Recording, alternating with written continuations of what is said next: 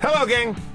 From beautiful uptown Burbank, because the fire marshal shut us motherfucking down last Saturday, Harmontown is now in session from the confines of the recording studio at Starburns Industries. I'm Jeff Davis, your comptroller. Give it up for your game master. You don't give it up. There's no audience here. You have to give nothing up. If you're listening, you could clap. You know what? Yeah. From wherever you're listening right now, all around the world, just do yourself a favor, just for your own sense of peace of mind. Give it way up for the game master, Spencer Critton. Thank you.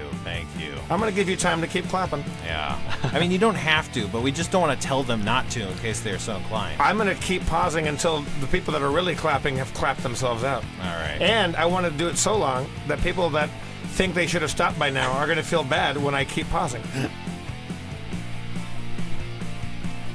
All right.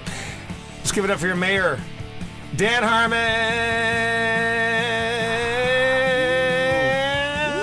Thank you. Thank you very much. So, yeah, we got shut down. We were apparently performing quite illegally from the very moment that we left Meltdown. I wouldn't have left Meltdown if I had known that. I wouldn't have had people, audiences coming into an illegal place. If you're listening and you've come to the live shows, no, you can't sue us. Don't be stupid. And the rumors that there was a sex for pay scandal happening, these are all unfounded. Right. As I should say, no, we were illegal in terms of the fire department. This is serious stuff. I don't want to be in violation of fire code. We didn't have permits that we have applied for a long time ago. I think the misunderstanding was that we thought it would work like driving, where when you're 16, you can just have a thing in your glove box that says you're working on getting your license. I believe they call it a provisional. And then if a fire marshal ever wandered in, that we could just flash a piece of paper signed by our driver's ed teacher, and we would be therefore allowed to keep performing. Right. We really had big dreams for that venue. Remember the guy who said, "Oh, here you go with your podcast, the playbook. You got your own venue now. Your podcast is gonna die." Oh.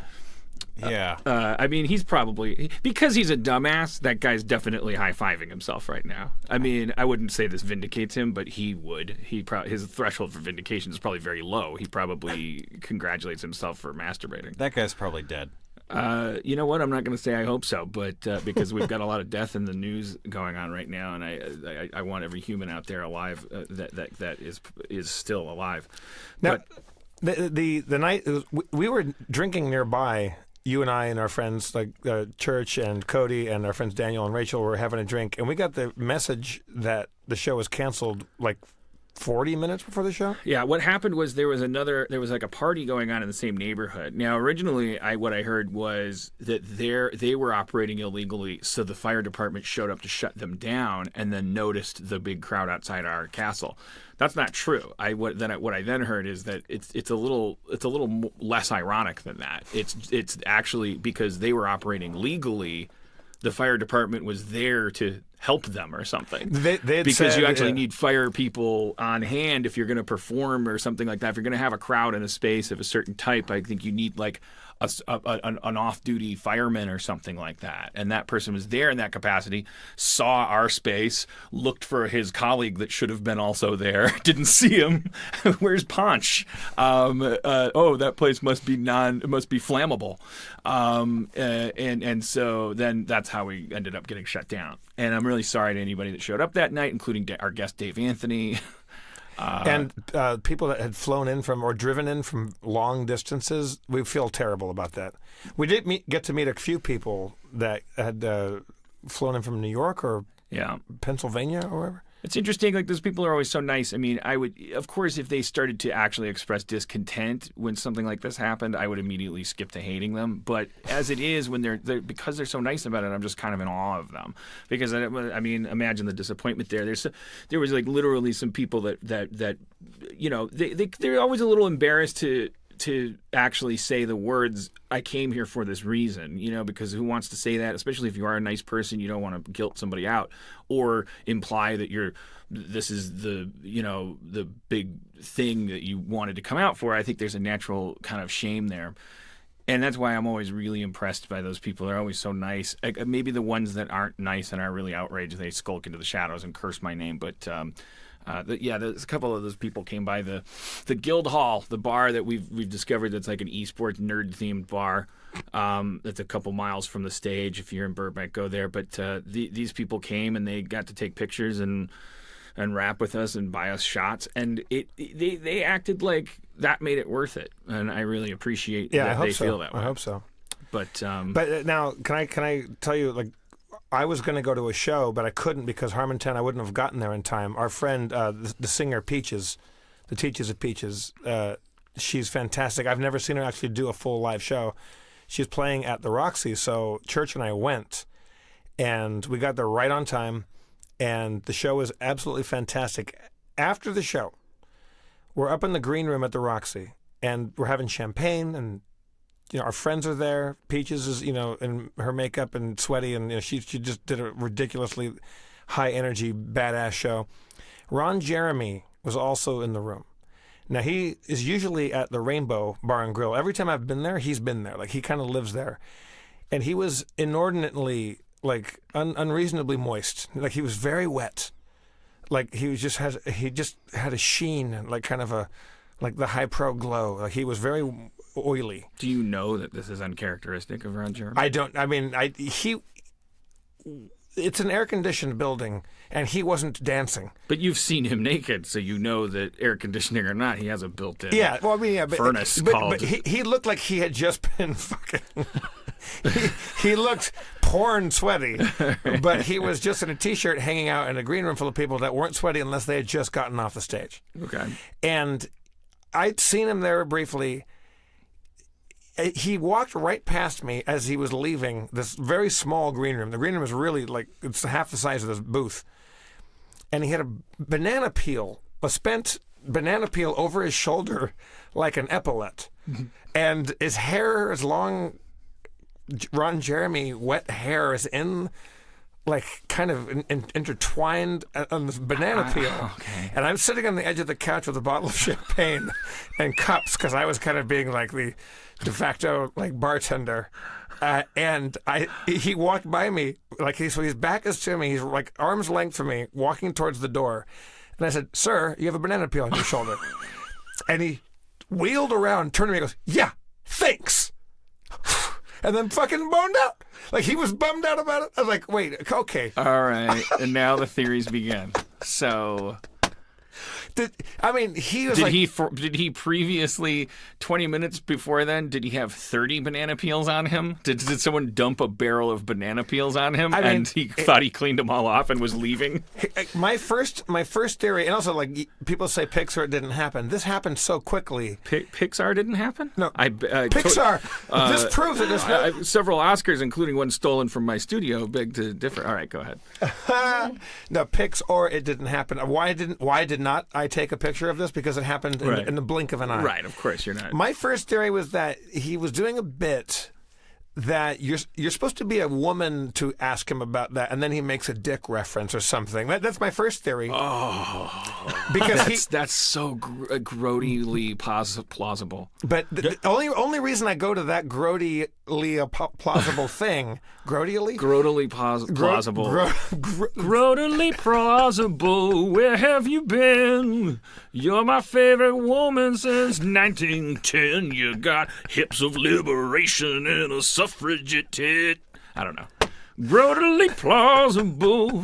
What is that song? What is it? What am I thinking of? Mr. Belvedere thing? It's like isn't it like a Schoolhouse Rock thing or something? I don't know.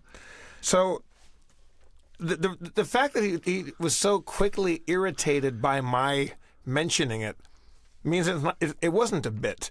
If the bit is, I'm Ron Jeremy, I have a banana peel on my right shoulder, and someone points, he goes, he gets scared. There's a way to make that a bit. Now, Church has a photo of Peaches opening she had a banana after the show. Here's benefit of the doubt.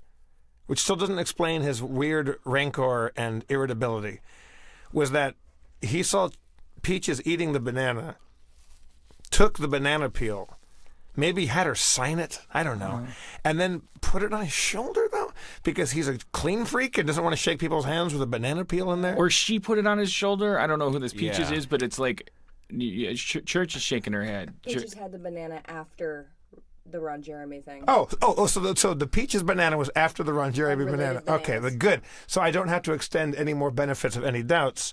Ron Jeremy was doing some sort of surreal, like, artistic display. Because it's not weird enough that he's Ron Jeremy and looks like he's... I think there's also like we're making the assumption that the rancor has to do with the banana peel, but if you think about what it must be like to be Ron Jeremy, there's probably a super high percentage that at any given moment at a gathering that has any kind of like hip quotient to it, or well, let's just say any gathering, because like that because he's a porn star and because we're awful rude to our porn stars, we treat them like garbage. We treat pornography like garbage. We use it all and blah blah blah. I won't get on that soapbox, but the people in Los Angeles that have performed in porn that aren't recognizable as such, I'm sure that just as like, I don't know, women of color or like got really tall dudes or any person that has anything really specific about them is probably at a higher risk of just having had some kind of encounter that really just pissed them off. You know?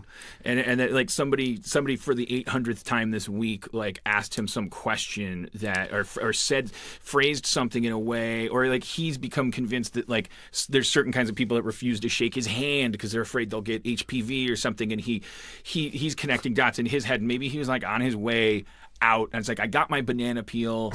But why? And then Michael J. Fox said that fucking shitty thing that somebody always says, and I'm leaving. Yeah, but like if you're going to be walking that razor's edge of crankiness because somebody recently had said something that was kind of diminishing or rude, then don't be a famous porn star. Too late. No.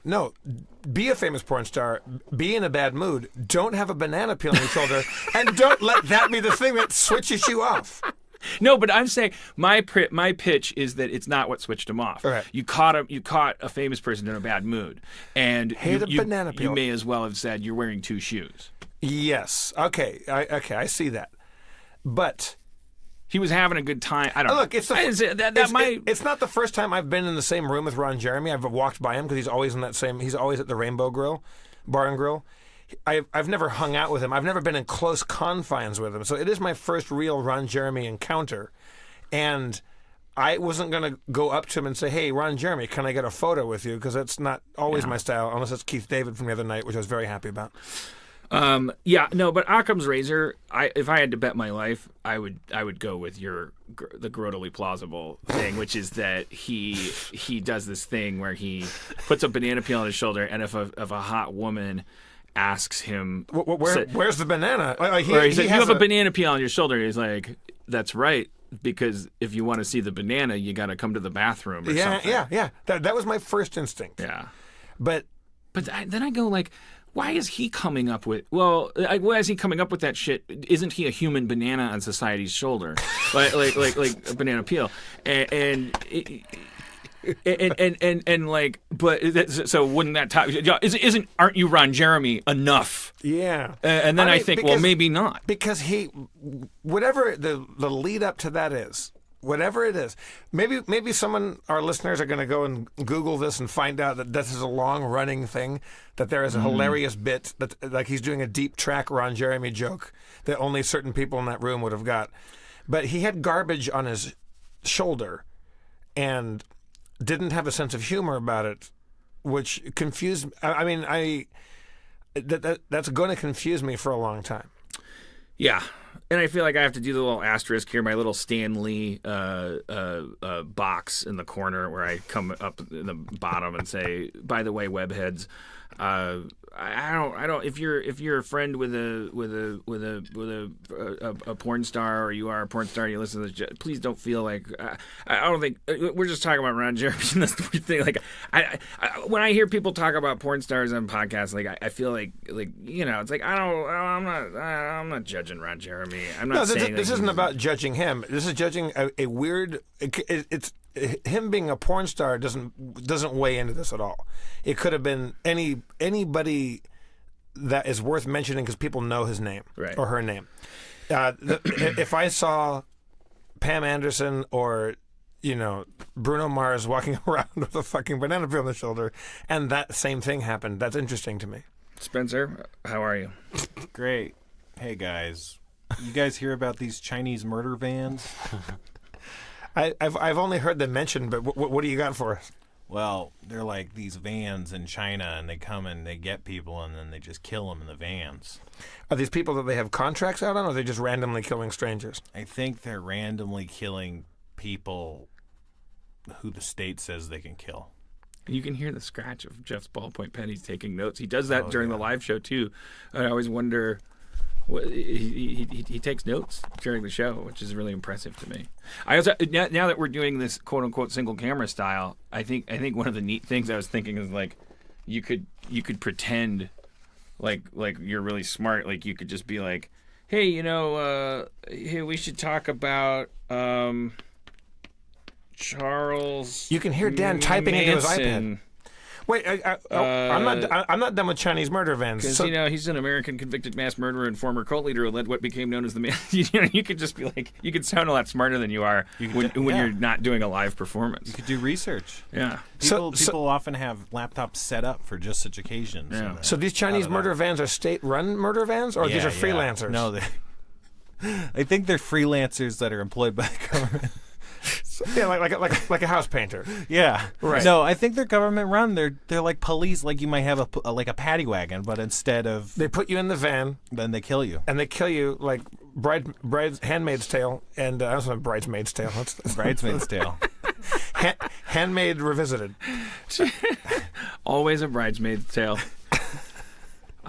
So this is a real thing. They're just driving around picking up people. Yeah. Wait. Here's my thing. 27 dresses as a Bridesmaid's Tale. You see a murder van coming. Don't get in that van. Oh yeah. No, they pull you in there. I like the theory that a Chinese murder van is just a racist phrase for an ambulance. It's a bad murder van. Yeah. What was that joke book you had? Did we ever talk about that? Yeah, the racist joke book. Yeah, that all of the Chinese things are backwards and all of the Mexican things are like just diminished. Yeah. Yeah, we've talked about that a lot. Look, we also have Steve Levy sitting in the booth with us. Let's not pretend that Steve Levy is not here. I don't know, but aren't we trying to recreate the stage feel? But like, it's like what I don't mind acknowledging Steve Levy, but okay. How about this? I want the audience to know Steve Levy's sitting here, but we're gonna still bring him out 40 minutes from now. Yeah, because we're gonna try to play D&D later, which I can only assume is gonna go a lot better. Question mark because.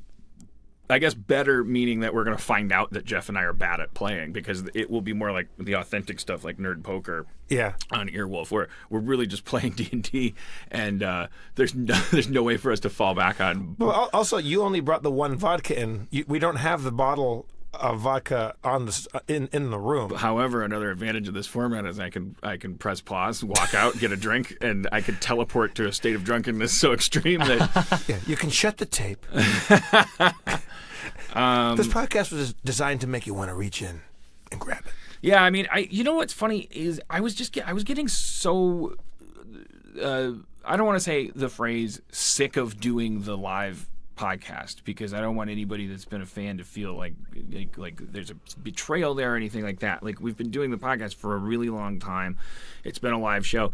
I'm just saying like I'm saying this as a positive thing. Like I was getting to a place where I was really starting to ask myself, and this has been a slow build since November. All of you listening, you've had your own little transitional stories, like where you're dealing with fucking shit, which is, and it's part of my thing was what is dinging? It's your iPad Lance and Bank your is associated texting smart devices. Let's get him on FaceTime. Dan's FaceTiming Charles Manson. My thing, I was starting to ask myself, like, why am I doing this show? Because I'm not, like, I've grown sour on, like, this thing where I stand in front of a microphone and I kind of kvetch about how I don't want people to tell me to tie my shoes, and I wish I was on the moon where no one could bother me, and streets shouldn't be curvy, they should be straight, and all this stuff that was like, it was working really well, and it was working really well under a liberal, bureaucratic, technocratic like regime where everything was kind of great, and I didn't have to acknowledge that it was great because I could be a rebel because everything was running in an Orwellianly smooth way. And yet a very backward, bureaucratically like absurd way. So I could just decry life's absurdities and society's little intricate wrongdoings and things, and be a hero to myself and pat myself in the back. And then the election happens, and all the women are crying, and I'm like buying a gun, and and we're all worried that there's like Nazis in the streets, and it's like politics are now like real life. They're as real to us as our black friends are telling us they've always been. Like, or our female friends are telling us, and that intersects with all this talk that we were having, blah blah blah blah blah. All of that leads to me at 44, almost a year past November. I'm like, why am I doing this show where I get up every week and I'm like babbling into a microphone, like I'm angry now and I'm fragile and I'm scared and all this stuff. But I was also going, I've been doing this show for years. I would be a really stupid, unhealthy person if I changed radically anything about something that had been building for 5 years and growing, in the span of anything less than 6 months, like asking these questions over a period of weeks and weeks and weeks is just not enough. So that's why I was kind of like, I've been building in my anxiety and showing up to these shows, and you've heard me being like, maybe you haven't picked up on it, maybe you have, but like I'm like, I just like sometimes I'm yelling at the audience, sometimes I'm not. It was all manifestation of that thing. And isn't it interesting how this shit then just happens? Like now I feel now there's no audience here, so I can just talk about God. And throw your shoe at your laptop all you want, you beautiful atheist who we need to further our society. But just feels like the universe just kind of makes this shit happen. Like I had a kind of sense of relief when I got texted that the fire marshal shut the show down, because I was like, oh, that's going to take a long time to rectify. We might have to do our show the way My Favorite Murder does it, the way Duncan Trussell does it. This could be a really fun thing. Like this could be a shot of vitamin B in the show's arm. We can do different stuff with this now. Mm-hmm. I don't know. I mean, you guys seem kind of stoked about it. Spencer's look at that big smiling face. Oh yeah. Well, the truth is that when you're in front of an audience, if I looked this blank, everyone would be like angry and confused and like, what's up his ass? But that's kind of my neutral face. So now, I'm free to just let it go and not like smile and nod occasionally to pretend that I'm like, still with it and keeping up. And doing the live show, being a live podcast, has its ups and downs. Like when the show is good, it often is because of the fact that there was the crowd interaction made it good. But sometimes it suffers because of that. Like it's not a guarantee that it makes it better or worse. Yeah, I also kind of wonder, because I had this dream of like moving from Meltdown into the castle, and that we would then be able to do this like feedback loop that I was obsessed about, where we could have people tweeting and then I could answer the tweets and you could show shit, blah blah blah. I thought it would happen more automagically than it did. It turns out if I really want that to happen, I have to start producing like a visual show, and the more visual it gets, the more alienating it would have gotten to our listeners, etc. So there was a lot of incentive or non-incentive to not move in that direction once we got to the new venue. So it starts to occur to me as we're sitting here. I'm like, well, yeah, pump out your audio podcast, and we can Howard Stern it, Joe Rogan it, by bringing the live stream cameras in here. Isn't that more valuable to people? And can't you do all the shit that I'm talking about, where you go, hey, if you're watching, remember when Howard Stern did his E! show? It's like you just have cameras even make them permanently like mounted up in here and use them when we want to use Well, them. like Greg Proops on Smartest Man in the World podcast, he does a lot of live shows, and then he does just like audio from his like house or wherever he is. Like if he's in a hotel room, from the Fortress of Prupitude, or he calls it the Porpoise of Fruititude. And I like the change. I like sometimes hearing the crowd, but sometimes the live shows have bad audio and they're kind of crap because like the technical difficulties. And sometimes I just like hearing Greg just monologue into a microphone. Yeah, in a controlled environment. I think as we got more comfortable in here. Anyways, whatever. So don't start freaking out. Oh, I hope they don't do this. I hope they do. We're obviously going to do what feels right. But I'm just sharing my current.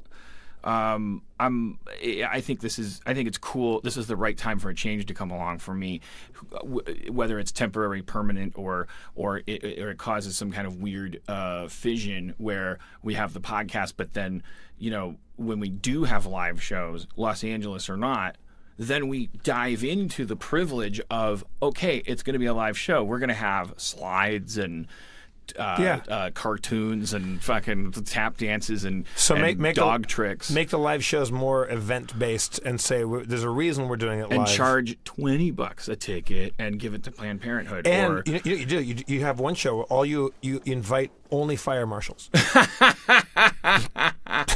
Isn't that Steve? Isn't that called a minion? If there's at least 9 fire marshals, we can rewrite fire code. Yeah. Oh shit! Steve Levy. Hey everybody. Thanks for having me. Applause break. Can you guys talk to Steve Levy while I go get a drink? That's some good applause. Or do I pull the ultimate dick move and make Steve go get me a drink? No, you go get your own drink. Yeah, It's your studio. Dan has to walk 30 feet to go to from his recording studio to his lounge, because if you don't know this, Starburns Industries has its own bar where all the meetings take place, and it's quite nice. It is. Dan, make me a little something, would you? What do you want? Yeah, surprise me. Okay. I'll have what you're having. All right. Well, maybe I'll surprise you. Levy, what's new? Well, You've had a long 48 hours. Yes. 72 hours? Yeah, I don't even know anymore. I'm so tired. Crisis averted, though, for now. Because when we got shut down on Saturday night at right before 8 o'clock, there was an audience already seated, right? Oh, yeah.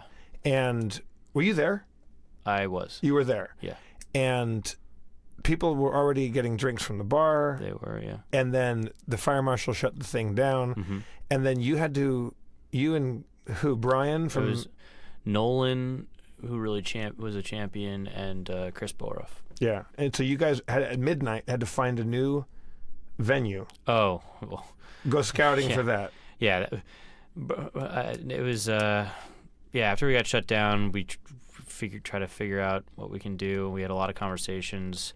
Nolan and Chris had to deal with the castle stuff. I contacted our whole team for Ricking Morty to see what we can do. Because the next night on Sunday night is Ricking Morty. If you don't know what that is, that's a big live Adult Swim streamed event with paid people like guests and stuff. Yeah, where you talk about the Rick and Morty. Yeah, we watched episodes. the episode live. So that's a big deal, and that must have been an expensive and time-consuming move. Yeah, I mean, what do you do when you lose your venue less than 24 hours from showtime? And you have an entire set you have to move. We... Dan came bearing gifts. First person I called was Jen Roskin, who is an amazing producer here at Starburns, and she started helping me out, try to find a place. I finally got in touch with Brian Baldinger, he's a talent producer on the show, and he... Brian's the guy with the beard, right? Yeah. Yeah. Yeah, he found someone with a space, and he and I scouted it at like 2 a.m, and we just had to pull the trigger because we couldn't find anything else. It was going to be really expensive, but we needed to... The last time I saw you that worn out and tired was like during Harmon Quest, I think, when you were being Sleepy Levy on a couch. Yeah, there are times where it just gets really exhausting, and I just start like barely... He's living. A Sleepy Levy. He'll take a couch on some...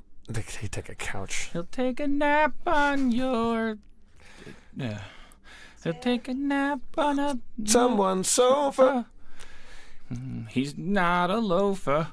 He's just a little sleepy from his job. I mean, He's the kind of guy that works hard. Breaks him like a glass shard. he's the kind of Levy who's a sleepy old Levy.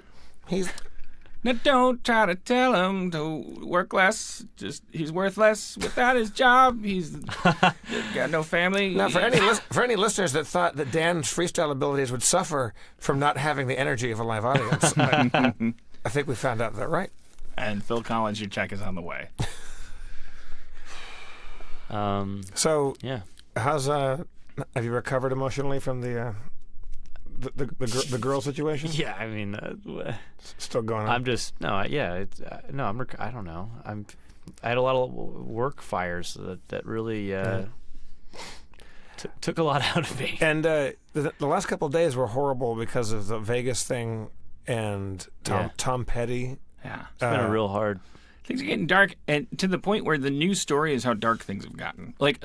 And not in a cool way. Like, I feel like now, like, because we can't communicate effectively or honestly with ourselves as a nation about how worthless human life has become. We are now, like, the mainstream media, not to sound like a fucking jagoff living in the woods, but the mainstream media, for You lack mean of the a better term. lamestream PD poop? I noticed, maybe this is a refraction or it's a effect or it's a distortion in some way, but this is what I'm feeling as I'm looking at the news if I just type Las Vegas after I hear about this shooting. What I see is a nation that immediately is just talking about it, which is really disturbing to me. It's like we immediately leapt to how many famous women are responding inappropriately, which is it has become the new theme. We're almost verging on some kind of Lysistratian gender gap where we wait for if you're a woman and you have a voice, like now we've just gotten so like when the rubber hits the road we just want you to shut the fuck up. Like 58 people died, and this maybe it's a coincidence, maybe these are all just coincidentally female people, but if you're a female politician, you're a female comedian, a female comedy writer, it seems like you couldn't say anything right about any of this, which is really disturbing to me because it seems like the alternative to responding inappropriately to a breaking a world record for massacres after we have already decided that 20 kindergartners who have hearts the size of a bullet, it wasn't enough. Do you really? How long do you expect people to maintain the gears and valves that it takes to bow your head and take a moment of silence when human life is wasted? And then the unconscious answer to that, which really terrifies me, is they don't expect anything. They want this to be like Carousel and Logan's Run. Like, they want it to be a ritual where we keep sacrificing human life, and then we keep on. And then it's like, who's going to fart first? Who's going to break the silence? Let's all bow our heads and hum the national anthem quietly while we talk about how our thoughts and prayers are happening. And then the moment a Saturday Night Live writer off duty on Twitter, or a female senator, or a professional tweeter or blogger says something that is effective because maybe it's satirical, maybe it's biting, maybe it's a little inconvenient to hear. However long after the final bullet expends another American life that happens, then we get to tie that person to a stake and shame them, and pour gasoline all over their feet and play with matches. And it's just it's not. I'm not trying to white knight. I do happen to notice that it always seems to be women. Call that a side order of intersectionality or whatever. But I'm overall so fucking deeply troubled by the numbness that I felt when I heard about this, and then the data that hit my eyeballs when I Googled it. And how the theme seemed to be that we were being chastised by our own technocracy for responding inappropriately. whether it was not responding at all or responding with biting wit, responding with political pleas to please stop this. I can't believe we're still having this conversation. I can't believe people have the balls to say, 3 minutes after the last shell casing hits the floor is not too soon to talk about fucking gun control, you fucking heartless piece of shit. Like, I don't care if the families of the victims want to wait 100 years to talk about anything. They're the families of the victims. That's not who we are. We're a nation who has its heart broken. How about this is way too many years after Sandy Hook to talk about fucking gun control? I'm a gun owner. I still want to talk about it. Do you want my gun back? Like, let's talk about it. Gun sales go up when these massacres happen. That is such a mind fuck. Even if you're not politically motivated, forget about red sides and blue sides. That's such a philosophical mind fuck. Gun stocks boomed yesterday. Gun sales, imagine 9/11 didn't cause skyscraper sales to go up. This is like a unique disease we have, and it's really frightening how logical it is that everyone keeps erupting into these mass shootings, and then every time a mass shooting happens, everyone runs out and buys guns because they're afraid that guns will become illegal because someone used them bad again. The day before the what was the Vegas thing on Saturday? Sunday. And so on Saturday, whatever the day before the event was, I've been to that festival because Chip Eston, my friend, has played that festival before. And I was backstage and hung out, and it was really fun. Met a bunch of people, met Jason Aldean and this guy named Jay Jackson, who's a guitar player in that band. He had texted me the day before saying, hey, we're doing that festival, Route 91 Harvest Festival. Do you want to come out and I'll get you tickets? I said, I can't. I have a thing to go to. And the next day that happened, and it was his band that was on stage when the bullets were flying. Yeah. And I texted him and said, how you doing? And he goes, he said, we were on stage when the bullets were peppering the stage. And we all had to dive off the back or to the side to hide and then run during the pauses that this guy was taking while either reloading or whatever he's doing. And they all made it out all right. But and then Church, your sister, has a best friend, who got... Yeah. My sister's friend was at the show with her friends, and they all ran, and I guess they flagged down a car, and this person was nice enough to just drive them all the way home. And when she got home, it was only then that she realized that she was covered in someone else's blood. So you have to think of how close she must have been to actually getting hit, because she was near enough to someone who was to have that blood splatter on her. And everyone's just so disturbed by that. It's a nauseating thought. I thought, because I wonder how many of those fatalities are trampling and stuff. I think a lot. I mean, if you've ever seen that, whatever. I saw a photo. I saw a slide photo thing on Reuters of the images of it, and there were people hiding, and it's the exact same tent area that I would have been in, where I know I would have been if I were at that show. No, this is not me making it about me, but just because I can physically picture the layout there, there's no way out because you're fenced in there. And there's only a couple exits because they want to control the comings and goings there.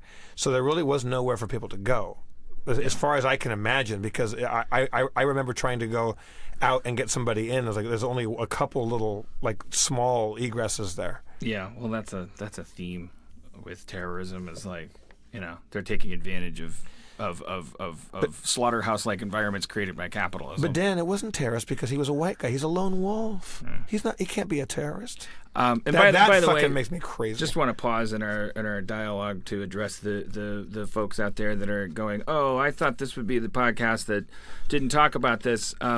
Hey, how about this topic? Suck my dick, you fucking jag off. Fuck you. And I can't say kill yourself because it's too much fucking death, but fuck off into the night and suck your own balls and fucking until they fall off and roll down a hill and fucking end up in a steamer trunk and just leave me alone. Get out of my life with your fucking judgment. Get out of my head. You're not entitled to anything. You do nothing. You're a fucking a jerk. You're a piece of shit. You're a fucking garbage person. Why are you listening to my podcast and then picking and choosing what you like and don't like about it? Fuck you. I already have my older brother's voice in my head. I have the voice of every fucking bully on the playground. I come out here to Los Angeles. I do the hard work of becoming a fat blowhard that owns a microphone, and you know how hard it is for me to spout nonsense into a microphone without having to think about your judgment. I'm a troubled man.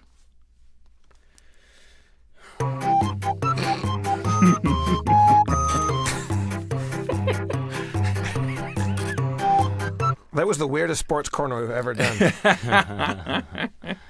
I don't know. I thought, don't you feel compelled to have like a little like add like a set, because it's like, are you worried that like as with the D&D segment that we'll play, that it's like the absence of the audience, it feels simultaneously refreshing and also like, oh shit, are we a creature that was breathing audience water, and like then when you put us in this terrarium out of our aquarium, like now we look like a floppy weird.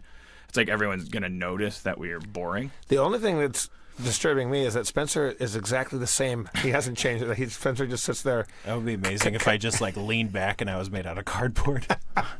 Spencer has been almost motionless. But you like it more now, you said, which is kind of surprising. I could have thought it would be the other way around, where Spencer's sitting there realizing, he's going, oh man, my deadpan thing, like it really works in front of an audience, and now I'm just a guy that's not saying anything. But you like not saying anything, and what you don't like is the feeling pressured to say things, and you feel more pressured in front of an audience, right? That's one of the competing theories at the moment. Steve just walked out. Yeah, well, what does that mean? Our entire audience just left. Yeah. He had to take a giant shit. When he gets back, let's play a lot of D&D. Like, let's really get a good hunk of D&D going. Sure. Like, I mean, whatever, man. I'm still mad at that guy that didn't want us to talk about the shooting. Wait, what guy? The guy that How was are yelling people at. still contacting you? No, he's in my head. The guy in your head. Yeah. Oh. Well, if the guy in your head is telling you that, that's you telling yourself that. No, it's the part of me. It's the part of me that's an unemployed flannel-wearing golden retriever owner in the middle of America that calls himself a graphic designer, but really is just a freelance douchebag, and who sits and listens to the podcast while he masturbates, which is a weird move, but and kind of toodles around on like mind map software. You know what? It's me. I just described me. It's just too hot to wear flannel. You masturbate while listening to Harmontown? And I have a golden doodle. I changed only what needed to be. He doesn't have to. Harmontown is masturbation. That's part of what's so weird about it. It is me. I don't know. I'm picturing a really specific dude that's like, he's got one tattoo, okay? And it's like, where's it located? Because he's like just a little more like around the back of the shoulder. No, forearm, top of the forearm, and it's like a tribal-y thing. And he really roughhouses with his dog. Like he doesn't. He punches his dog. Well, he just like wrestles with it. Like the dog thinks he's a dog, and he like throws it like raw meat and shit, and like tries to take it from him. And they both eat the raw meat in their backyard. And he owns a snowmobile, and he like, I don't know, he just and then if you're talking to him, is he in a snowy region, or he's just eccentric? Well, he lives in a place. He likes to take it up to Big Bear if he lives somewhere warm, because he maybe came somewhere warm because he decided in the tundra that he lives in that he's a graphic designer, so he came to LA maybe, but he brought his snowmobile because he likes to go up to Big Bear. But it's just like, he loves beer. He loves like 900 different kinds of beer, thinks that beer is like a thing that you should experience every different kind of flavor of. And that's fine. That's all good. But if you go to his public house that he likes to drink at, and then once he gets 3 beers in him, he starts saying some fucked up libertarian shit, that you're like, you kind of like bite your lip and go like, yeah, because you don't want to argue with him. Right. But he's just like throwing out like at the top of his brain, he's like he's like making these observations about like how all lives should matter instead of just the black lives, and you're just kind of like, I just want to fucking die. how did I end up drinking with you? I'm getting heartburn from this beer, and you suck. You fucking suck. I just know we're never going to get along, you know? Like, and I'm going to end up auditioning for you, and I'm going to slowly slide into your ideology because I can recognize the logic behind it, but I don't feel it myself. I don't want to talk to you. You're too bro-y. So stop listening to my podcast, man. Or listen to it if you're that guy, but like when you listen to me, just like how could that guy listen to this podcast? I mean, like, how likely is that? Because he's not totally stupid and he likes smart stuff or something. I don't know. And like, we're not like bleeding heart whatever. Is like, but that's why he's hated the podcast since November, because then now I'm starting to sound like all the shit that he hates, because I'm like freaked out, because I used to be a full-blown anarchist, and now I'm like a Democrat, basically, because I for the time being, because I can't, because that's the lever I keep pulling, because I'm so scared of fascism. I just keep pulling the lever that says don't let fascists win. So, and that's like, that's the fucking system, man. That's the game.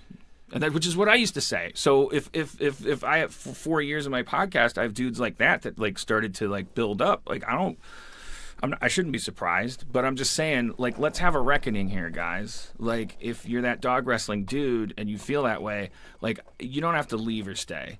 But like, can you do me the favor of like looking at your time with me as the inverse of when you go to the gym?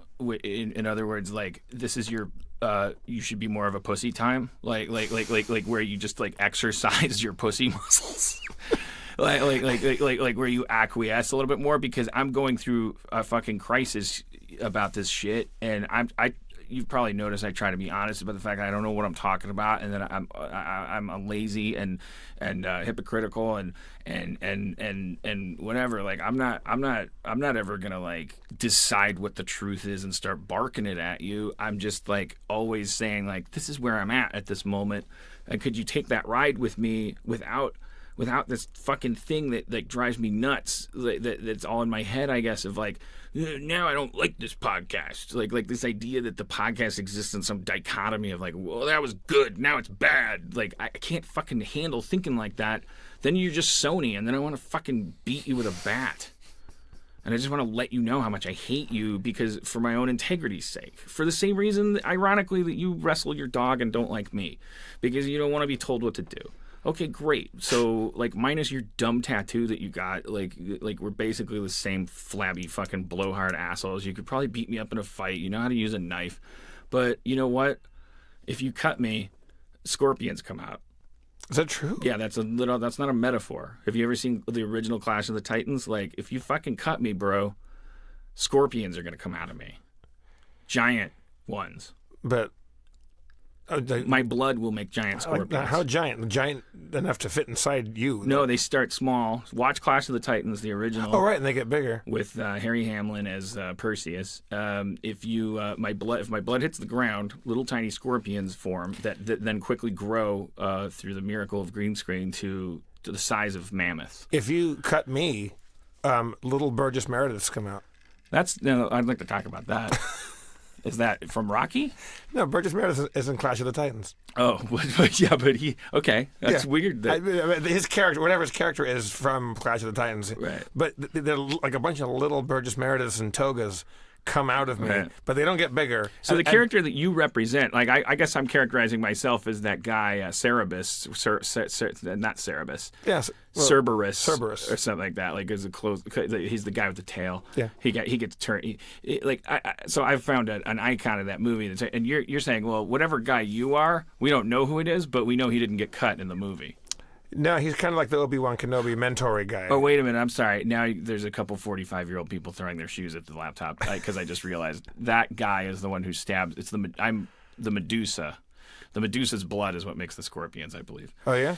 So it's been a long time. So whoever you are, you might be the Kraken for all we know. Maybe when you cut the Kraken, Burgess Merediths come out. Okay. We don't know because we didn't. Or little metal owls. That's only there's three things I remember about that movie. There was a Medusa, there was a three-headed thing, and then there was the metal owl, and then Burgess Meredith. And then from what I heard in the reboot,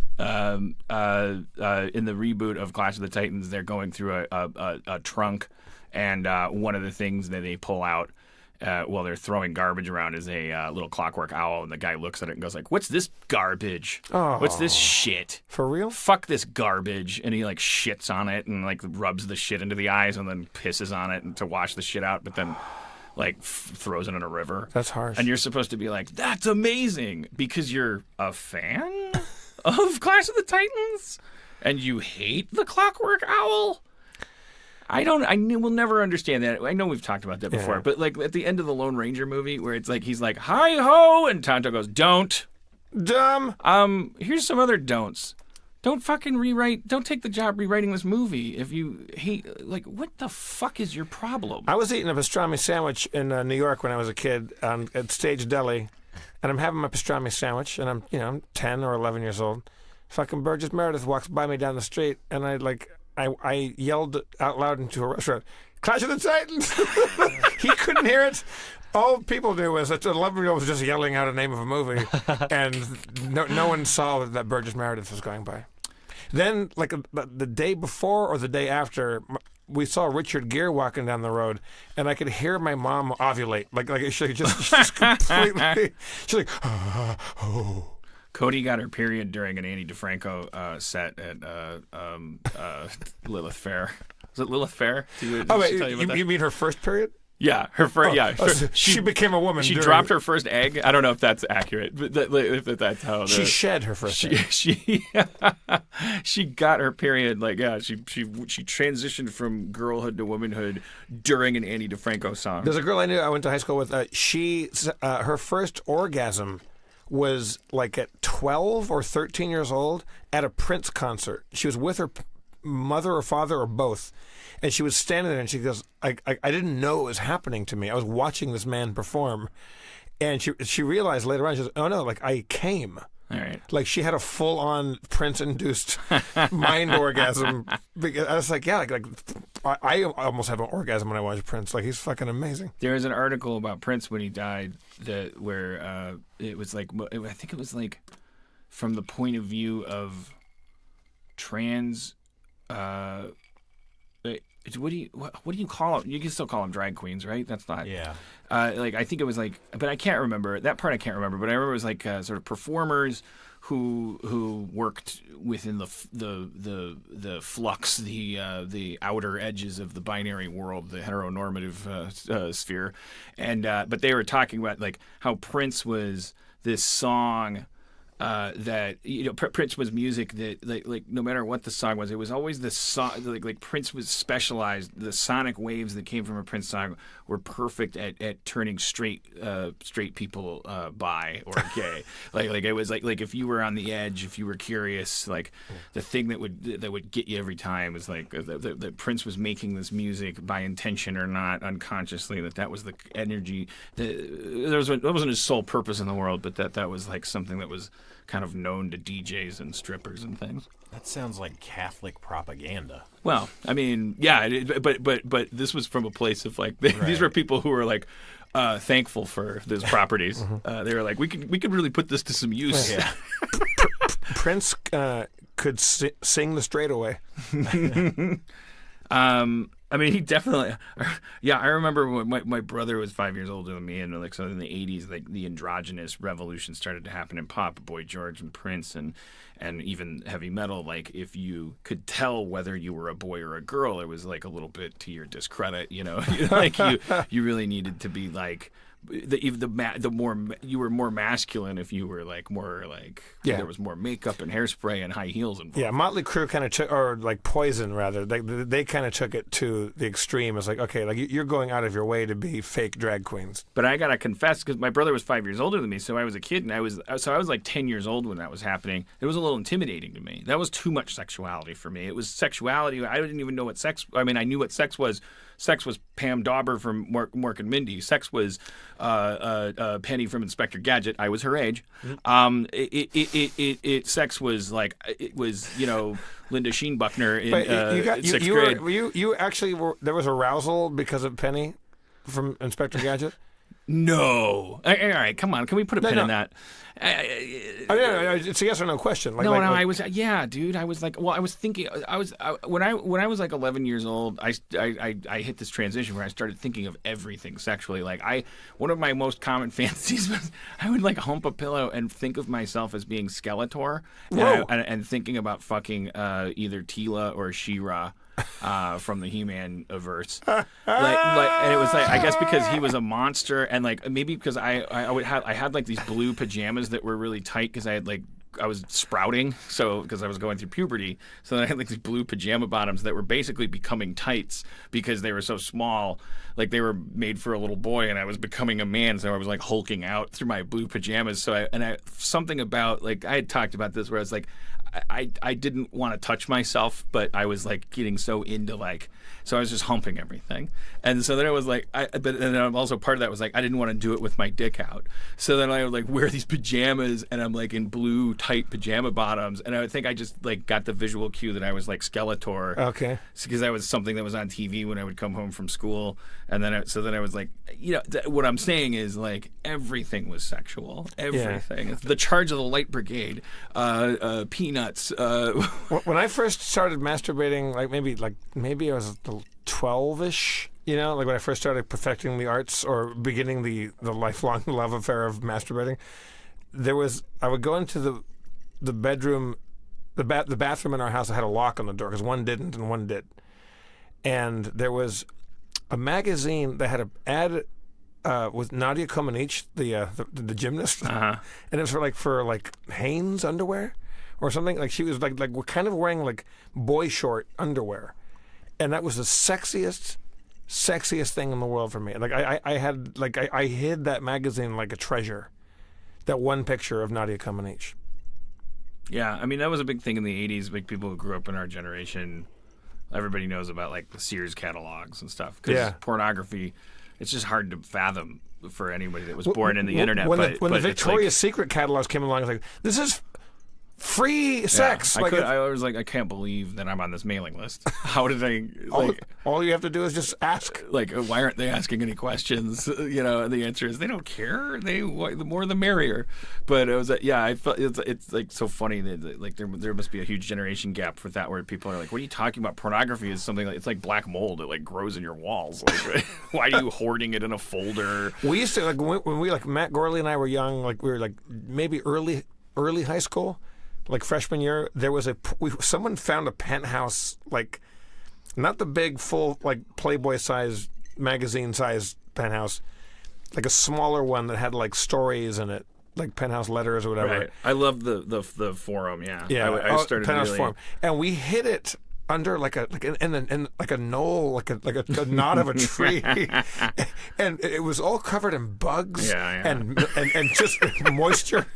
And we would five guys. We would run home from school to go to the tree and unearth this horrible relic and sit there and just go, So man. I keep explaining to modern moms, like moms are 30 now, and they're like kids to me. They're 14 years younger than me, and they're moms of kids who are starting to.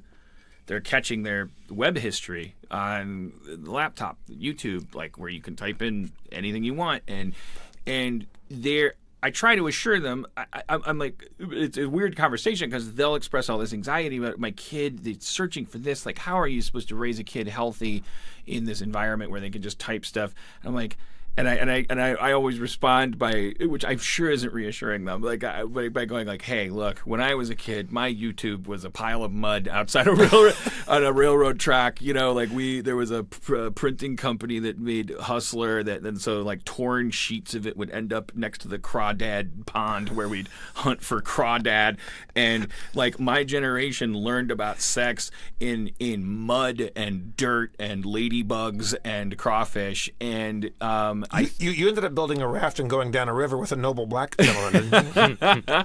And I think that's bound to make you more misogynistic, more bent, and closeted, and therefore have a propensity for, just foot and mouth, or in the worst case, like actual, aggressive behavior. I think that's gotta be worse than growing up in a computerized technocracy where you can type in vagina because you don't know how to spell it yet, and like it says, "Do you mean vagina? Here's 100 of them." I mean, it's obviously what everyone's worried about. It's like, yeah, but you can type in horse fucking into YouTube, and like, it's like a kid can like, and it's like, so if they're exposed to all that stuff, how can they grow up healthy? And I don't have the answers, but Do you think there's people that type in horse fucking because they want to watch two horses fucking, and that's their jam? I think The answer is yes, of course. I think the fear is that the more sex is demystified, the more it becomes there's an invitation to sociopathology there, and it makes a gut level sense to us that if your kid has access to an infinite database of sexuality, that if you grew up with sex being precious and mysterious and marked by thresholds and rites of passage, and your kid is raised in a mainframe of sexual imagery, isn't your kid going to have more of a tendency to become Jeffrey Dahmer because they'll look at all these boobs and vaginas and bestiality and gender bending and blah blah blah, and because they won't have any thresholds or rites of passage about it, then they'll crave something more flavorful, which can only be the darkest things possible. I understand the logic of that, the gut level emotional logic of that. But if you really think about it, and I'm not saying I have the answers and let's all of society, let's do this experiment where we don't give a shit what kids do on the internet. But doesn't it also make sense that that's an inverted logical principle, Spencer? Don't you think that that's like a classic logical fallacy? That if the kids have access to more sex information, that they will become kinkier? Because what we're really saying is, I had less access to sex information and am only so kinky. Therefore, my kid who has all sex information will be kinkier than me. That's a logic. Isn't there a label for that fallacy? I don't know. I mean, I think it's probably true. I think the internet is only reverse stigma in terms of sexual acts. I don't think it's really added any stigma to any sexual acts that hasn't been there before, you know? So in a way, the only thing that can happen is barriers being broken down and thus people getting kinkier and kinkier, right? But that's, defined as evolution. Yeah, but all the kinks must have been invented by now, and there's people that have been doing weird shit for pre-internet. But one should acknowledge the DeMorge perspective, which was that, because I was talking about how, don't you think porn, is like as much as we disrespect it, it's like it's the tip of the spear in a cultural sense, because when you reduce all humanity to animalistic energy, which does include this big black stud's gonna fuck these two white girls like they've never been fucked. Yes, you're animalizing the black dude, but these women are not being respected either. Yeah. Elevated, yeah.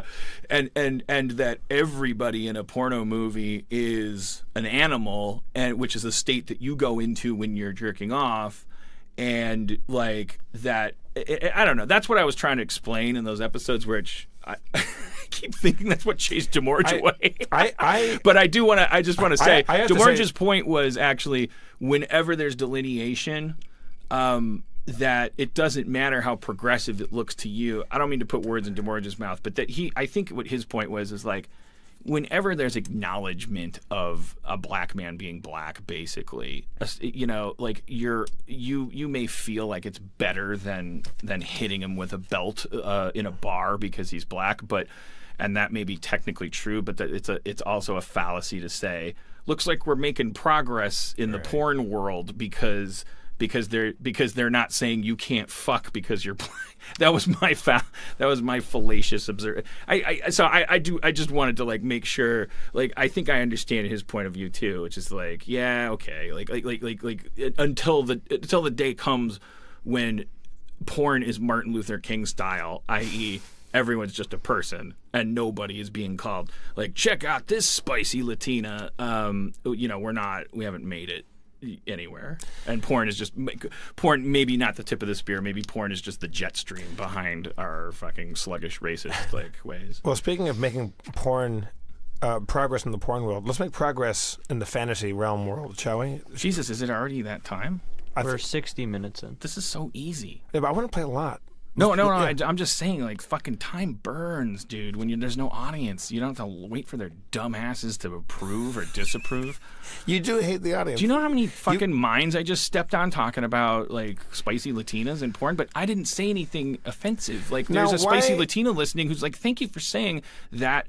And do you think Latinas, like Latina women are spicier than other races? No, stop it. I mean, like, what's your spice level on, like, let's say, like, Indian? Stop it. My point, my exact point is that by the time I was done with my thought, allowed to complete it, I definitely, like, made it clear that I was, like, on the right side of history. If I was in front of an audience, they're like, ooh, ooh, huh? That's my least favorite person, is the fucking dude who just, like, goes.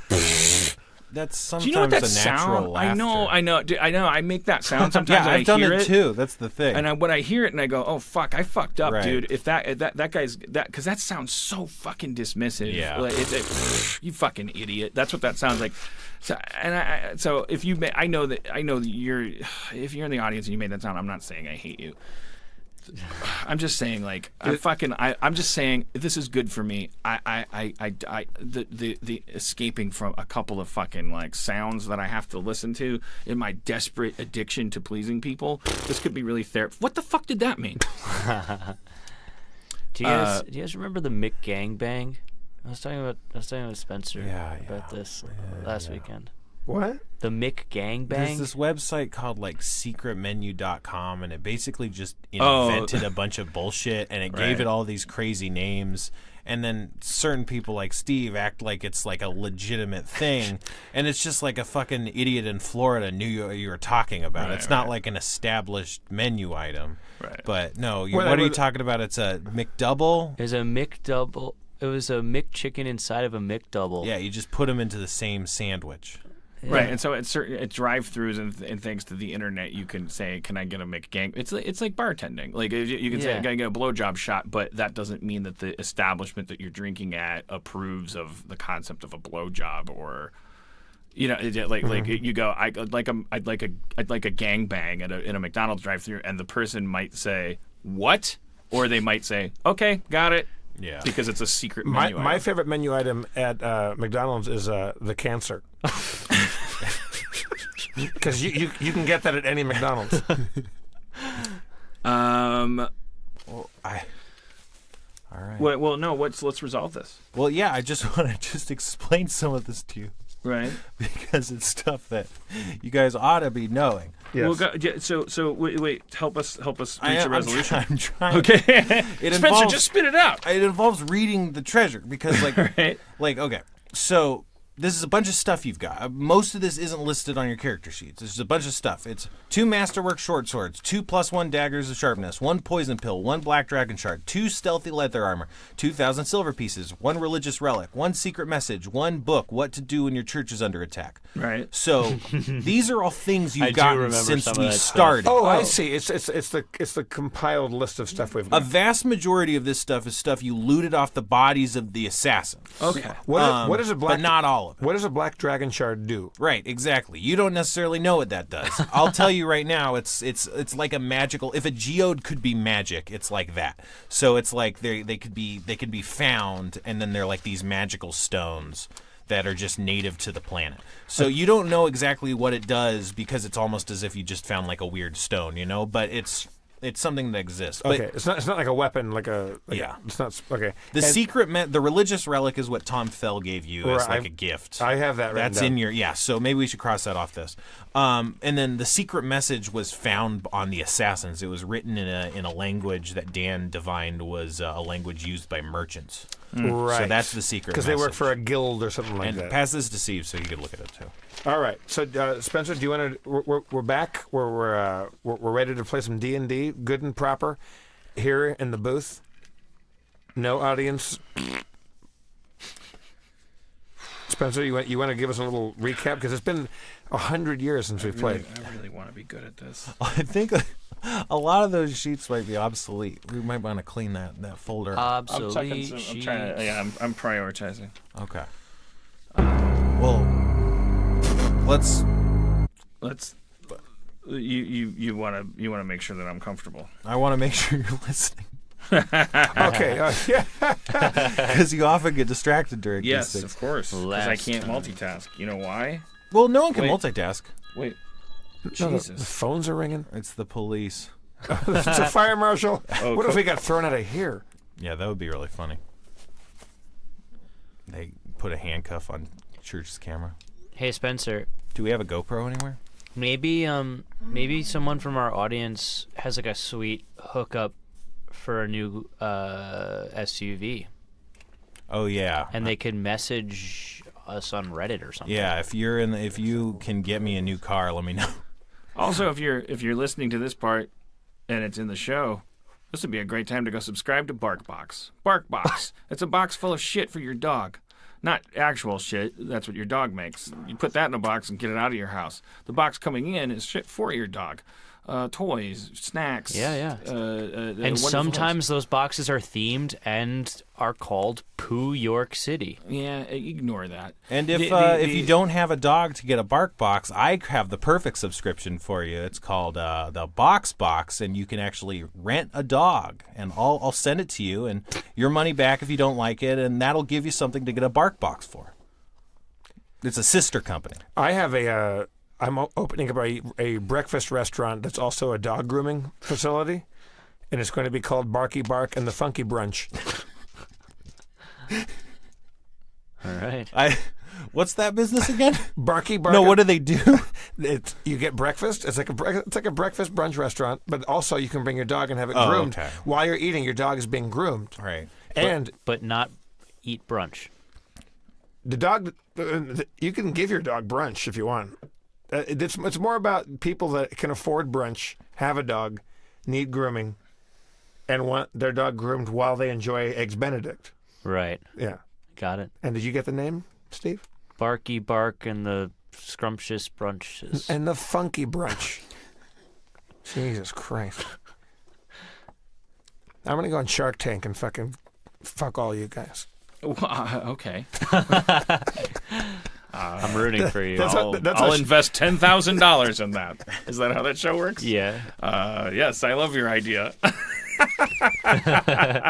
I'll give you $1 million, but I want to own 10%. I had another idea where I was going to be like a coffee, like a Starbucksy kind of thing, where the baristas all from the waist up are dressed like pirates, but from the waist down they're wearing like Gap chino pants. And it's called Cappuccinos. I don't like that kind of humor, but nobody likes my kind of humor, so I'm gonna take notes this time. This is gonna be great because I can just type on my lap. Like I love this format. I hate the audience. I'm gonna become a great D&D player. People are gonna be jealous. I want to become the Tony Hawk of D&D. So you'd have your own video game, D&D video game named after you? Dan Harmon's pro D&D. That would be cool. Where do we get the poison pills from? I think you got them from the Assassins. Yeah, you took it out of their bodies. From the banditos. Yeah. All right. Took them out of their bodies? I don't know. Okay. Because I Off their clothing. And then Schraub said I have a weird hand. Well, he said a lot of things. Yeah, discount them. I don't think Schraub is canonical. Schraub is not canon. All right. Dan, are you ready to be the best D&D player you've ever been? Yep. Okay, Spencer, help us out. It's been at least 3 weeks, maybe more, since we've played this. So let's get this out. All right. Last time on Harmon, well, not last time, like 4 times ago, what happened? You guys had just solved the problems that were going on in the town, and you had the prior, and you took him hostage. Well, not hostage. You took him under arrest, and you were going to bring him back to the home church office for punishment, I think. You did that, and you were going there with Patchins. And then you got beset by banditos. Oh boy, they really stabbed the shit out of Patchins and also Diarrhea Jr., who was conked out. And they took all of his clothes. They took Patchin's clothes and boned the fuck out.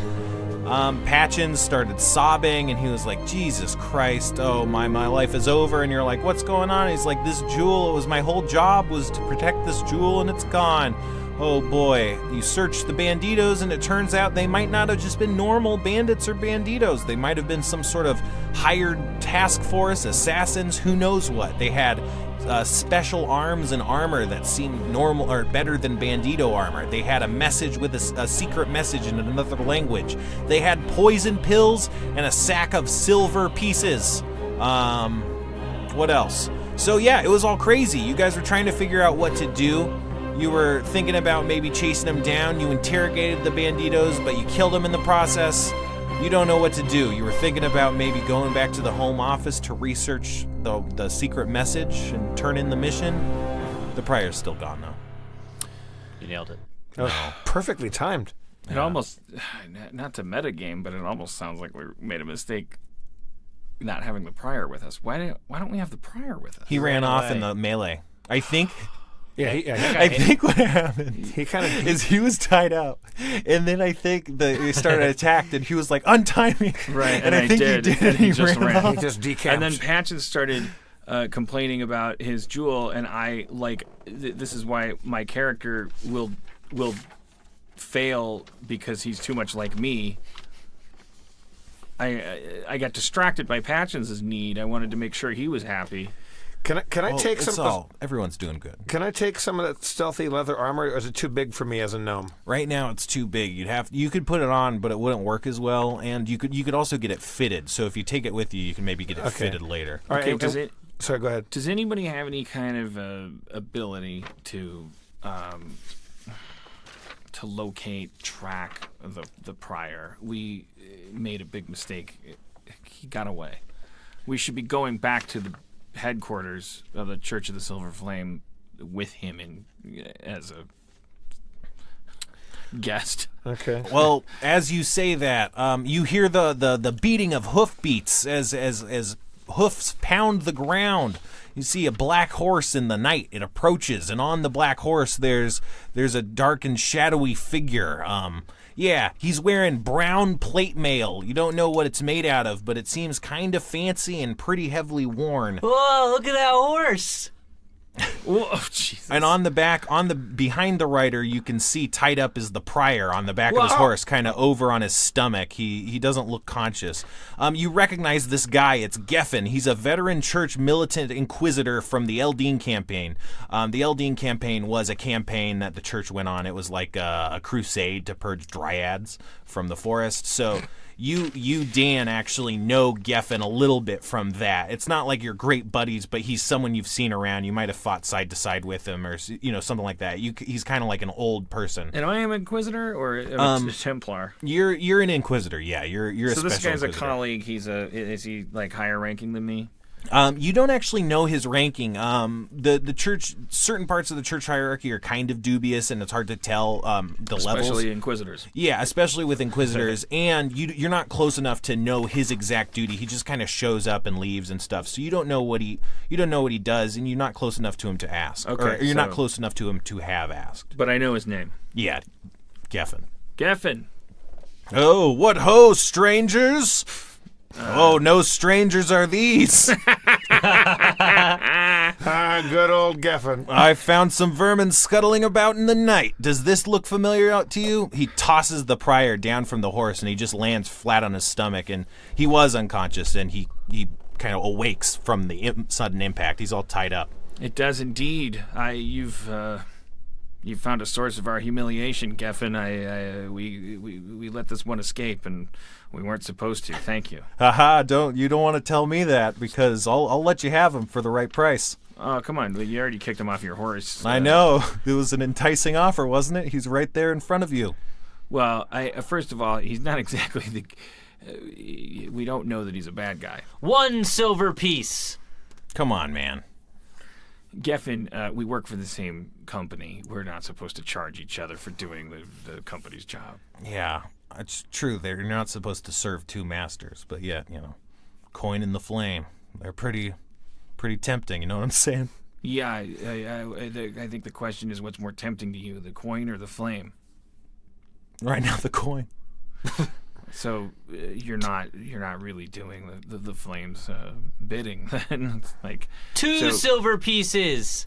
Which is fine. You've presented yourself as a stranger to the church, So this isn't holy work. So we'll approach it like you're a traveling merchant. I mean, whatever you guys want, man. I'm just fucking with you. You could have them. What? I just thought I could get a couple gold. You fucking Geffen, you stranger. Oh yeah, I'm Geffen. Well, it's good to find out this way that you and I are a little closer than I thought.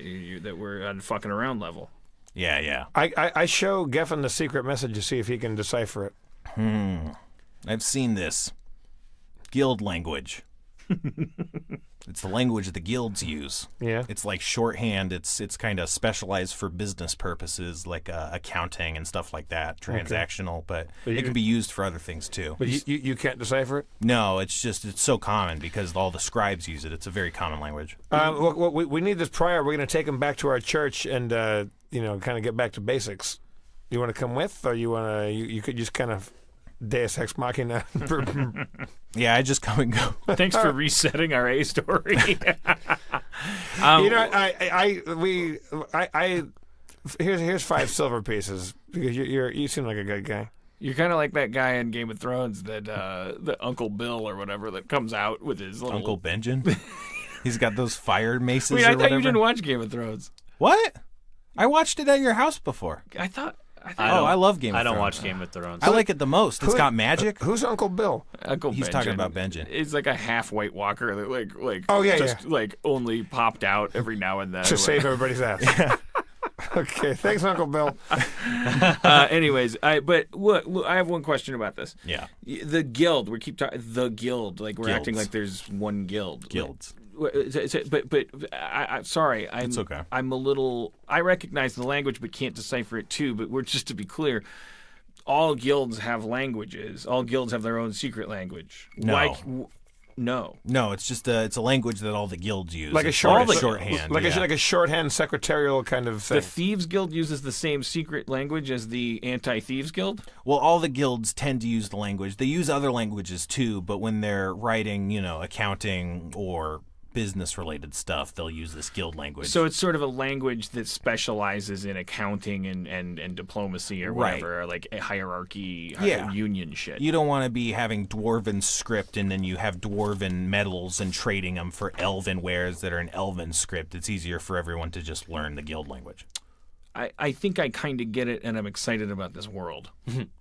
It's like basic. It's sort of like a really lateral way of organizing the normally mishmash nature of language. Oh, it's great. There's a language called Common. It's like markdown language. It's like saying be you elf, assassin, thief, plumber.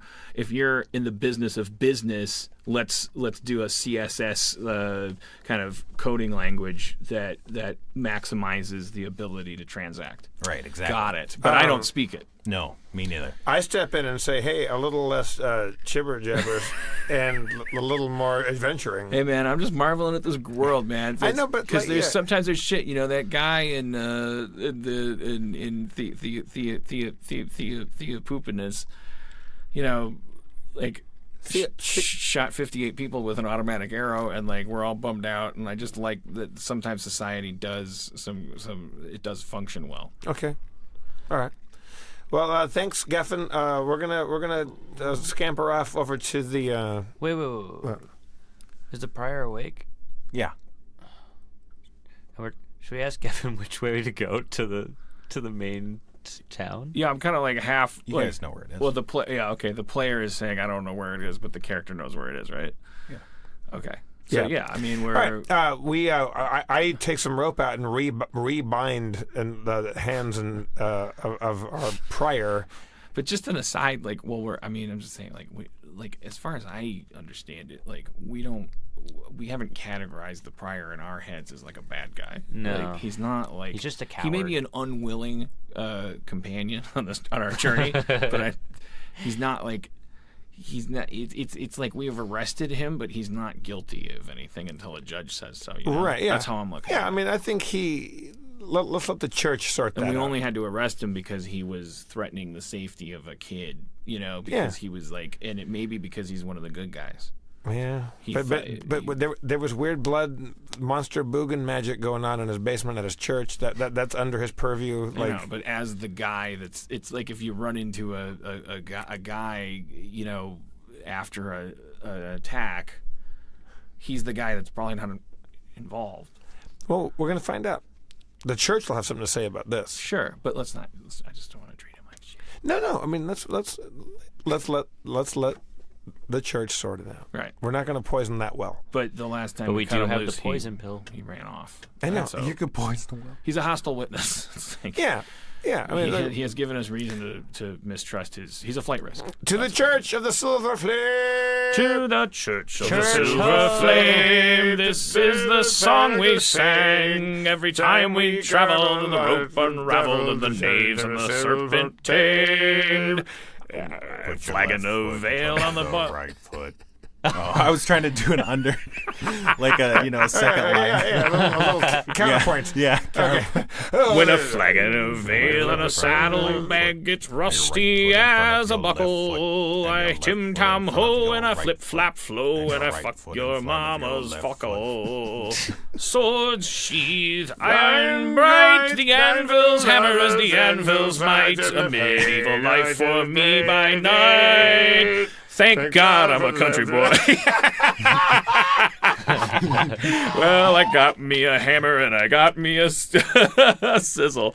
I got me a waffle and I got me a whiffle. Ain't got a life unless I'm John Denver.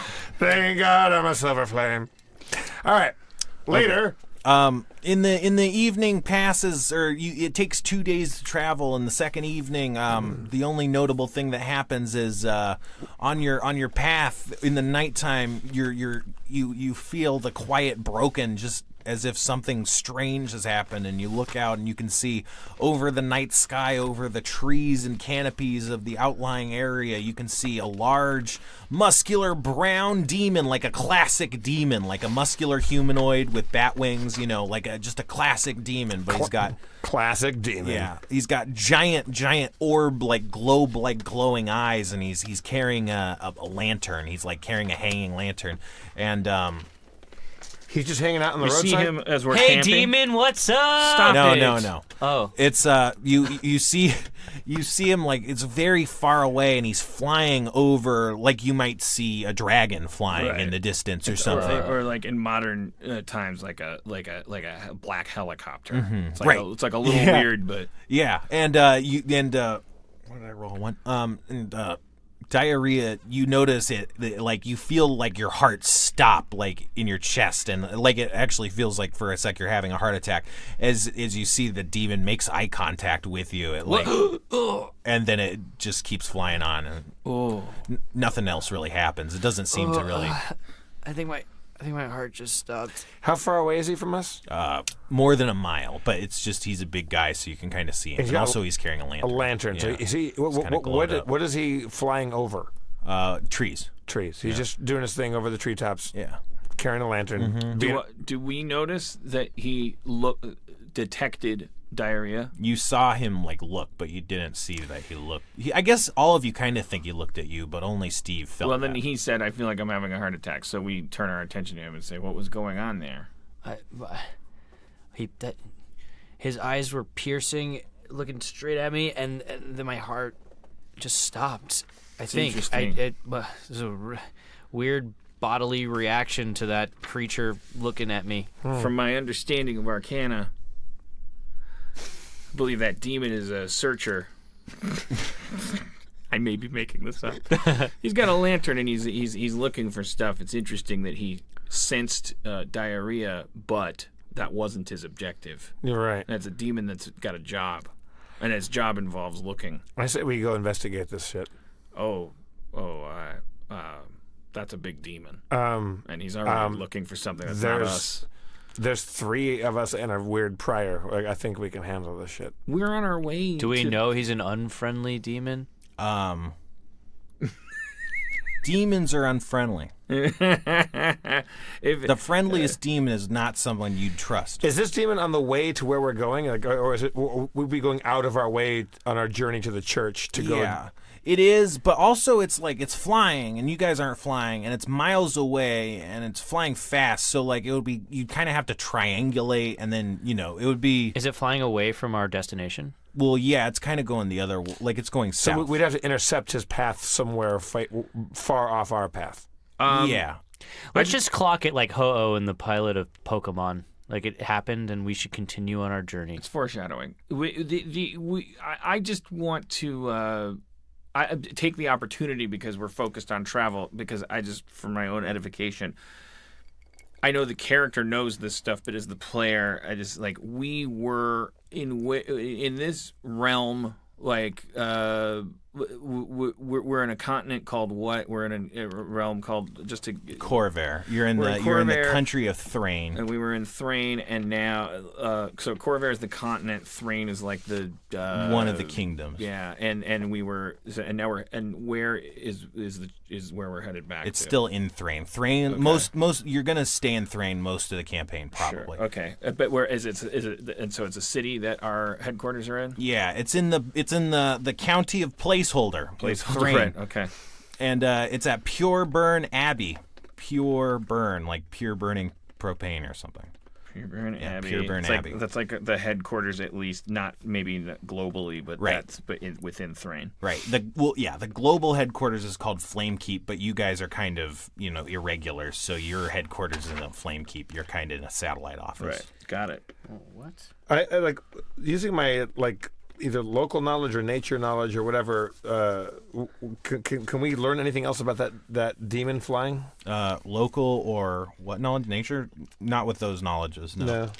I don't have anything with it would be Arcana then? Or? It would have to be religion or planes. Yeah, I don't have any of that shit. I say to Patchins, is he awake? How's he doing? Yeah. Hey guys, was my voice high? Hey guys.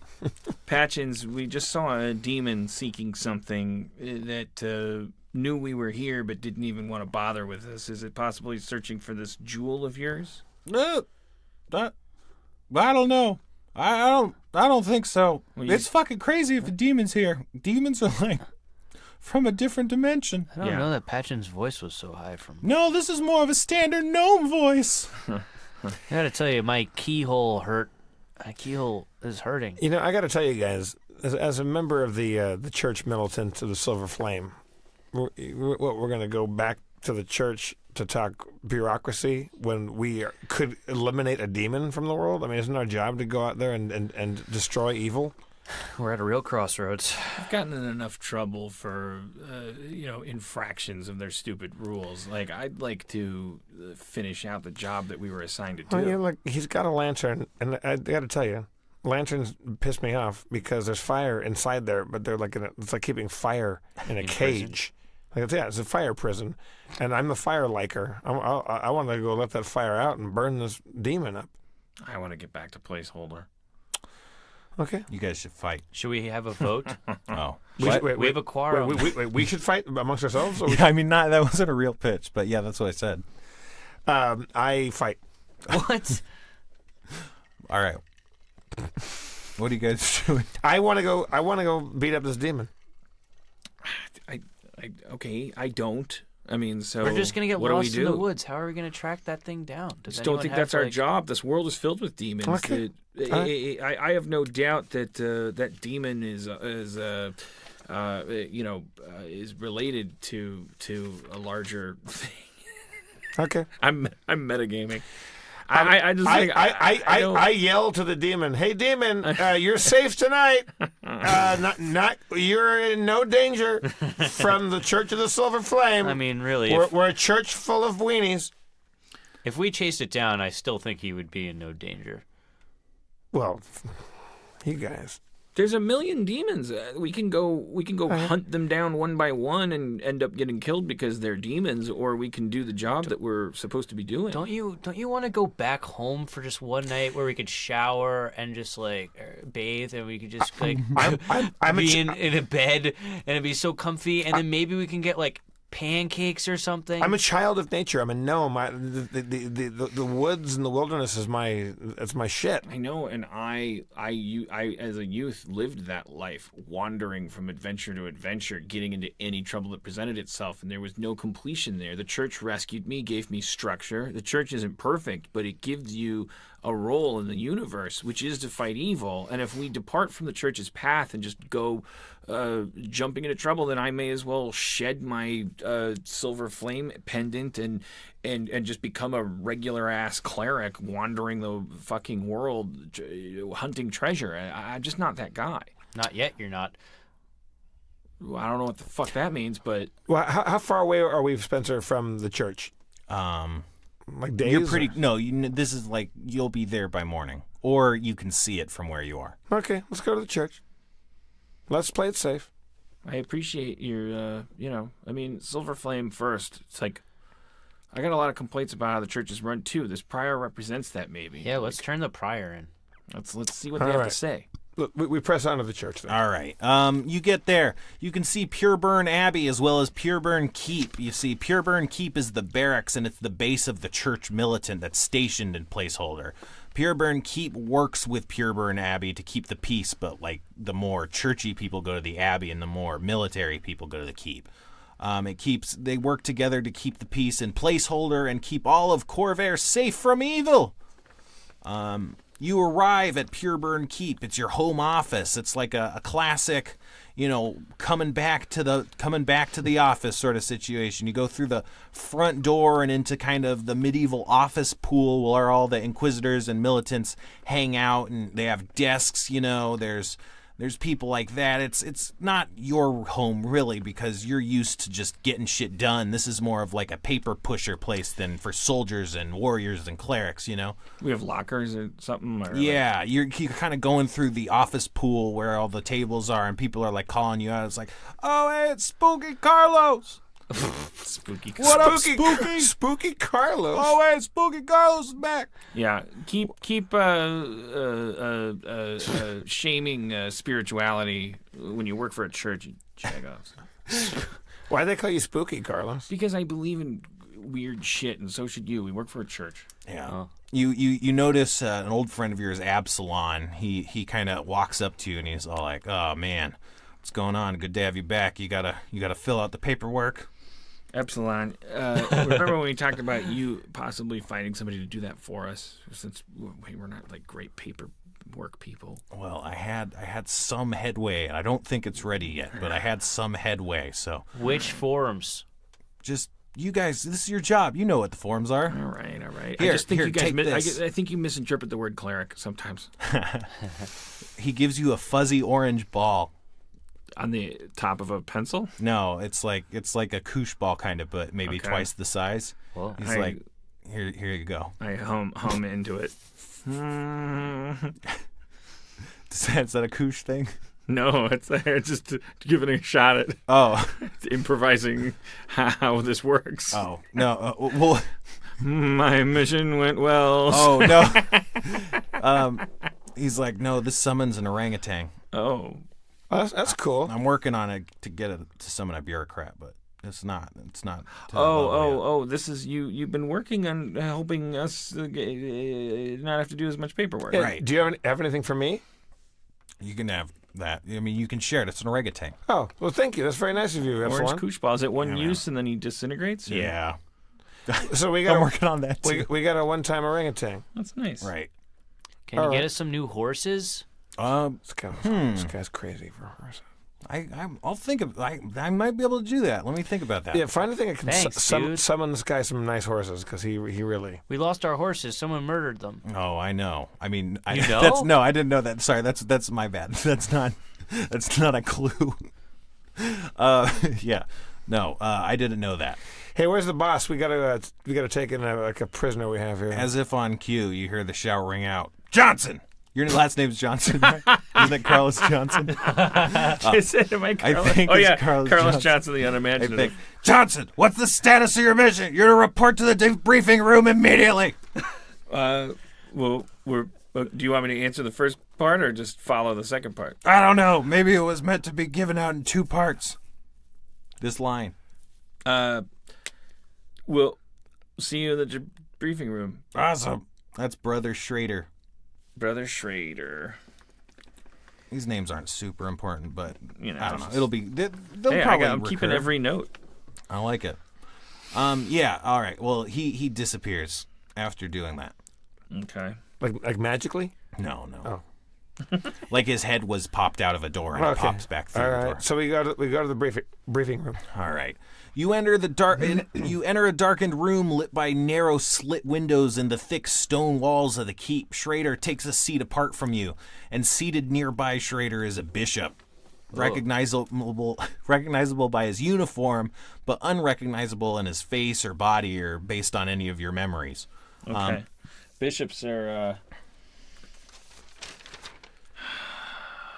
pretty big deals within the church ministry. Patchins also comes in with you, and also Yeah. leaning up against the wall is Geffen. He's there. Oh. It's a shady room. Hey, Geffen, you got snacks? No. What? No. All right. I'm just wondering. Okay. I approach the bishop, and is it customary to like bow or anything like a higher ranking? Do we have like a thing? Whatever. Nah. That's like not in this kind of thing. What's our saying? The flame will keep the flame burns tall. Always keep that flame burning. Always keep that flame burning. Chaos is a ladder. That's. I go. I've said this before, but it's great. Chaos is a ladder is a great response to condolences. Like, I'm so sorry. Chaos is a ladder. It's fine. I go up to the bishop and I nod and I say, I as in deference, and I say, may the flame purify. And may we be found worthy. I walk up and say, blessed be the fruit. For it will ferment. Is that how you say it? Are there seats in here? Yeah, there's seats. All right, so I assume we're supposed to take a seat, so I take a seat. I turn the seat around and sit like the backward seat, like the cocky way. And we have the prior with us, and Right. I now take a I untether him. I Okay. say, this is Prior. Do I know his name? Abernathy. This is Prior Abernathy from Roan. Roan, sir. We believe he'll have more information than we can give you. We arrived at the site of quite a kerfuffle. There was bad things happening to livestock. They were doing blood magic rituals and making crazy blood boogans, and the whole thing blew up. Yeah, we heard you blew up the church. We didn't blow up the church. The bad guys blew up the church, and we were lucky to escape with our lives. I think we blew it up, No. didn't we? No, it was the creature lady. I assume that was an aside, right? Yeah. Yeah, okay, No, just to be clear, it's fine, Well, it's can fine. you remind me? Table talk. Like what? You Did can we do all the blow t- it up? No, but in theory, you could have prevented it from being blown up. Right. Well, we climbed up the ladder because it was about to blow up. Yeah. Like something got set off, and we were like, okay, yeah. The pea barrels. It's true. The priory was lost. There was blood magic, as my colleague is telling you, taking place. Abernathy here claims to be ignorant of all of it. I don't disbelieve him, but I didn't want to interrogate him without turning him into the church. That's our full report. Abernathy should hopefully have less trouble telling you the full story. We should probably also talk to Petty Cash about replacing a couple doors for the Fell family. We kind of lit a few things on fire. All right. I want to put in a good word for Abernathy before anything begins, in that I think that he was the prior, from my observation, of an abbey that had gone awry, had been infiltrated by an evil force. I believe he was dealing with it. I believe it pushed him over an edge, so he was in danger of harming others that we personally had exorcised already. We brought him here against his will because his will was to run. But I believe that's because he's aligned with the church. I just wanted to put in a good word for him. Sounds good. I appreciate your candor and your honesty and your what's just being a good detective? Like, what's that? Gumshoery. Yeah, and your gumshoery. So just rate this one up for the logs. You can collect your pay from Zelly in the commissary. Sweet. We'll take Patchins and Abernathy and talk to him for a bit. Yeah, also, Patchins, you should tell... Patchins is looking at you like he doesn't want you to say anything. We're not on salary? We get paid per job? You are on salary and you get paid per job. Oh, sweet. Patchen doesn't want me to talk about... Sidebar, Patchen doesn't want me to talk about the fact that he lost an important... Yeah, he's looking treasure. at you like he'll die if that comes out. I say, yeah, Patchins... Not like he'll die, like he'll be fired from life. I finished my sentence. I go, Patchins, I see the luck, and I go, Patchins, this guy, he's the shit. And then we walk off. Yes, sir. Sorry, Bishop. I should have also commended this young man, Patchins. He was a huge aid to us. He didn't know who to trust, but he trusted us. He helped us a great deal, and he's been under a lot of duress. And we were assailed by bandits along the way back, and he was hurt very badly. I hope that the church will take care of him, make him comfortable, and I'd also like to know when he'll be released from debriefing so that I can buy him a beer and give him my personal thanks. It shouldn't take more than an hour. All right. Well, Patchins, thank you very much, and we'll see you soon. We should arrange to meet somewhere. Yeah. Like where? At the local tavern. Awesome. What is that? There's a name of a place that what's our drawing room in placeholder? Oh, wait. The Skull and Bone. There you go. It's the It looks like a pirate flag, but there's only one bone under it. Only one bone? It looks like an underlined skull. All right. Well, yeah. That sounds good. Yeah. All right. Let's go get paid at the commissary. Let's collect that that sweet placeholder money. All right. So this is the point where 3 weeks ago when I came up with this content, I had an audio video portion. Whoa. So we could cut the audio. I can give the audio to actually be cut in. I could put the file online so that the audience can see it, but it's not going to be perfectly viewable for us, you know? Does that make sense? Should we do it as a cliffhanger and do it when we're back on stage live, or should we go out and fight that demon? I think we should at least... I don't know. Oh, I guess we should probably stop soon, huh? But yeah, we should at least... I want to play because it's been 3 weeks. And I haven't been doing... I don't know. We can pretend. Poor Spencer trying to follow my dream of having an AV podcast. He It's finally so gets on ironic. board. And I know. Church, can you just wear a fire marshal outfit and come in here and shut the whole thing down? This would be a great time to subscribe to BarkBox. BarkBox. And MeUndies. It's like a box full of dog stuff sent to your home on a subscription basis. It's not like that, but that's what it is.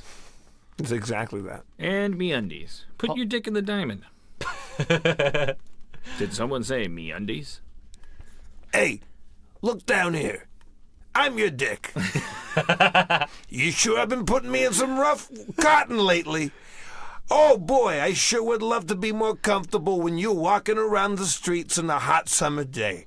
Wait a second, there's a new underwear in town and it's called MeUndies. Oh, geez, I'm inside. It's like a paradise for your dick. MeUndies. It's your dick. We just make the underwear. All right.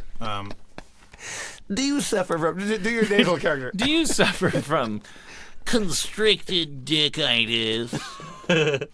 Professional genital detective. Dick Diamond?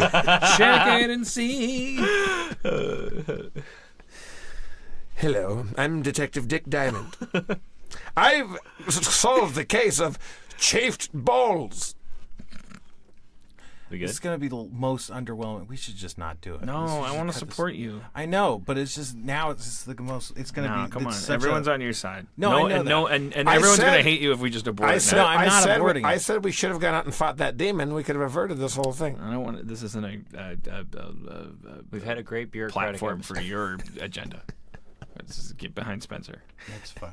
I'm excited about this. Well, yeah. I mean, again, He's saying don't be. You can support him by not being excited. He's gonna Twitter it. I'll put it on Reddit too. The Harmontown Instagram, maybe we can like. I'll put it there too. It'll be on the Harmontown Instagram. Yeah. Right. All right. I hate myself. No, come on, dude. Okay. I mean, I want to support you now more than ever. Like you were like, man, let me get behind this fucking podcast. Like, I want you to be rewarded. Yeah. Well, this is my reward. This is going to be your shining moment. Here we go. All right. First of all, You became president of the United States today. Mission complete. Swoop. Swoop. Swoop. Swoop. Swoop. Swoop. We got a final grade of a D plus. It's Yeah. See, it's for those listening. It's I like love this. It's basically he made like the video game equivalent of like when a dungeon master like tells you your campaign, or not your campaign, your beat the mission is over, and like here's your experience points and things. But we got graded. We saved 4 people. We got a D plus overall. The Yeah. A we got was for time. right because it happened really fast. I guess that assumes we rushed. You really did. I mean, that was a good thing, but So we probably should have been a little more diligent. maybe. That's good to know. Well, that's the thing is that, like, you know, you play these video games and then you're like, I think Yeah. I did okay. And then you get the score and it's like, wait, what the And they're fuck? like, wait, here's what we're measuring. Right. You But know? how many gold pieces did we get? No, that was collateral. You caused 500 gold pieces in Oh, collateral damage. That's That's part of why. The mayor's gonna have our ass. Yeah. That's amazing. All right. So, that was the. That makes me want to keep playing more. So I want to see more of Well, those. I mean, I think that was Spencer's Right. successful goal was that he's like, why don't we make this give you the dopamine spike Oh, man. of a mission that's finished, well or not, Okay. and then you're like, God, okay, so now you get a kind of a fresh start on the next one. That would have been a smash hit with an audience. I know. It was a great idea. I have good ideas. I know. It's You killed it. It's almost like we should have had permits for our new venue. Yeah. No, it's cool. don't- I should have, if I didn't bitch out that one time when we were going to play D&D, it would have happened probably, huh? Now, are we going to get a new adventure now? Are we going to talk about Yeah. a new mission? You're embarking on a new That's mission. why it's so exciting. Now we know the characters, and now we're like in placeholder, and then I'm going to the tavern, and I'm gonna have a drink, and then We have so many storylines to Yeah, investigate. I mean, look, so we can all turn to each other and say, okay, D plus, not our best work. Lots of mistakes were made, but we kind of know who we are now. We kind of know how to use our spells a little bit. We worked as a team. We failed kind of as a team, but a D plus is better than an F. Well, I want to get better, and I can now because I can take notes. I want to learn to use note-taking software the best way possible, so that like when we meet a character, I can like hashtag it. Yeah. So that it's like I'll have a list of all the characters, and like I'm gonna fucking nail this. Okay, so now That was dismissive. who's our main man? Who's Charlie to our angels? That's going to give us our new thing. How about Brother Absalom? Brother Absalom. Yeah. Brother Absalom. Oh, are we still going? Sorry. Well, anyways, no, but I said I do want to partake of the irony here, though, that like I've been this Howard Hughes obsession person about the new venue and how we're gonna show video and audio and stuff. And Spencer's what? Spencer's finally. There's like a fucking really funny irony there that Spencer secretly was like, you know what? I'm gonna blow their socks off. Yeah, I'm gonna man. do what Dan keeps babbling about and like do the audio-visual thing at the end of a Dungeons and Dragons. I'm gonna back him up and do this, and then it's like the fire marshal comes in, and I spent 90 minutes talking about how thrilled I was that we're not doing it. It's fine. And the D&D Spencer going, well, this would have been better if we. project. I think that's really beautiful. I know, It's like it's sitcom. It's just hard like to. Parks can't and write Rec level that I love. But yeah, thank you. Well, it sounds like we're teed up for next time for a new mission, right? I feel it's pretty safe to say that the next Harmontown episode is going to be in this format. We're not going to just like leap into some willy-nilly live venue. I'd rather refine this experience while we wait for the castle to become legal than run around town trying to figure out where in LA we can technically do our show. I say we learn briefly to get good at this and then use live venues when it's time to do that. And we now we've added another knife to our Swiss Army knife of like our utility belt. Yeah. Like we've expanded. We grew a little bit. Mm-hmm. You die a little bit and you grow a little bit. Yeah. Welcome to the strangest era of Harmontown yet. Harmontown Nights. You'll float too. So we have a not just a cliffhanger. We have we know that we have a new adventure and a new episode coming up of our D&D. But we have so many things to investigate that we already know about. It's daunting. It is. Well, right. You guys, we did it. It was a fun experience. I hope the listeners enjoyed it. I want to thank Steve Levy, Spencer Crittenden. Thank you. I'm Jeff, your comptroller. Let's thank Church, Noah, Emma out there, everybody making it happen in the booth. Chris Boruff, Zach the Audio Maniac. When you podcast from your heart needs to podcast fire. When you podcast from your soul needs to graduate higher. When the devil looks down from the godly throne that he took over from his godly bones and he says, who can podcast the best? Then you will undergo the podcast test. It's the devil, God, angels, heaven, metal, earwax. Hacky earwax? That was Yankovic-y. Good night, everybody. Thank you for coming. I mean, you didn't have to come, so fuck off. Stay home and take chances. Take no chances. Don't drive anywhere and take no chances. All right, we love you all.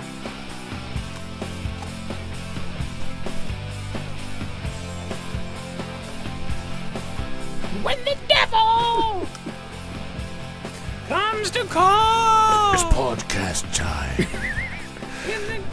You're in the podcast zone.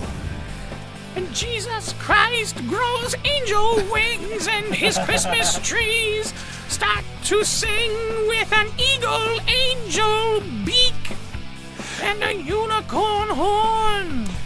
It's podcast time! With the devil! Podcast time! And God in heaven! Don't let the podcast you. You cast the pod. You are the God of the podcast. Pentecostal devil! Podcast time. It's podcast time. Mormons. It's podcast time. Episcopalians. It's podcast time. Muslims. Nope. Oh, dark turn right at the end. Wow. Too soon. Gonna get some letters about that in our. All right. It's still podcast time. It's just, come on, take it easy. From certain countries, we want to find out what's happening. We want to make sure we know what's going on with certain podcast countries. If your country profits the Trump administration and you're Muslim, that's fine. Yes, we're not banning you. It's podcast time. It's just. It's podcast time. Did you get any of that? It's a good show. Feral Audio.